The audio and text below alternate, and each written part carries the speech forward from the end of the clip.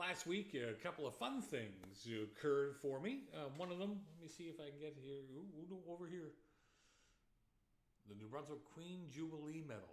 I was awarded it last Friday from the Honorable Mike Holland, Minister of Natural Resources and Development. Thanks. Very much appreciate having been selected and being given that wonderful medal right over there. I'll get it in the shadow box. We'll get it mounted on the wall here soon. But also last week, I was talking with the fine folks at 630 CHED Edmonton. It's a Rogers radio station. And they reached out because the Canadian government had released about the amount of inbound traffic that's occurring at government sites. Hacking. How much unsolicited connections are trying to occur. And the government was saying that billion with a B. And they want to know, was that really true? Could it really be that much that's happening? And yeah, it is.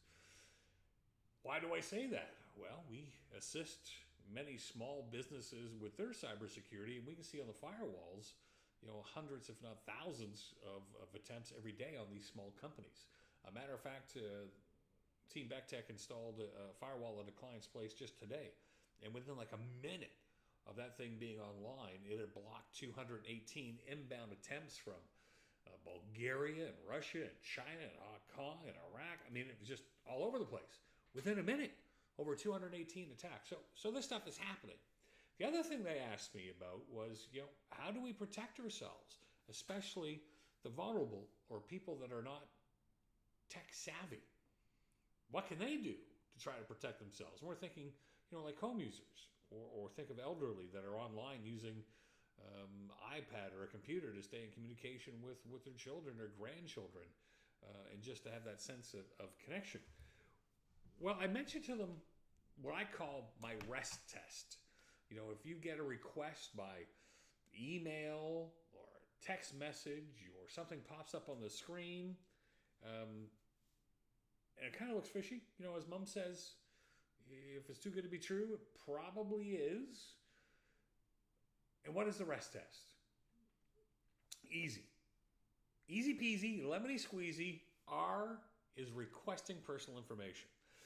If that message that you're seeing is asking for your personal information, mailing address, social insurance number, credit cards, those kind of things, that should be a warning sign. One of the one of the ones we've been seeing a lot lately is Microsoft emails, happen to be coming from Japan actually, we looked at it, that are saying, hey, your two-factor authentication is about to run out, scan this code and renew your password. Well, what you're actually doing would be giving the bad guys your password. So R, requesting personal information, that should be a warning sign. E is emotion. If they're using emotion to try to get you to take some sort of action, that again is a warning sign. So if they're saying, hey, you need to wire us $10,000 because Johnny was on vacation in Jamaica, how would they know that? Johnny maybe posted that online. And of course on Facebook, Johnny's also linked to his grandma. So now grandma's getting these messages saying, hey, Johnny's been in a terrible accident. You got to send us $10,000. He needs it for the hospital or he could die. That's an emotion to try to get you to take action. And these examples are real world ones. I mean, we saw ones that, the revenue agency says you've got back taxes and they're going to send the sheriff right over to confiscate a bunch of your materials if you didn't pay them your back taxes with Home Depot gift cards. I mean, really? Government agency sending Home Depot gift cards? But the reason they keep doing it is because people keep following the directions and falling for it. It stays profitable, and as long as it's profitable, they're going to keep at it. All right, so we got R, requesting personal information. We've got E, emotion. What's S? Spelling. Now, one time, spelling and grammar was a fairly easy tip-off that maybe English or French wasn't the primary first language of the person writing the email or the message. Here's the problem. Now we've got this AI, artificial intelligence. You may have heard of something called ChatGPT. There's a bunch of different ones that are out there.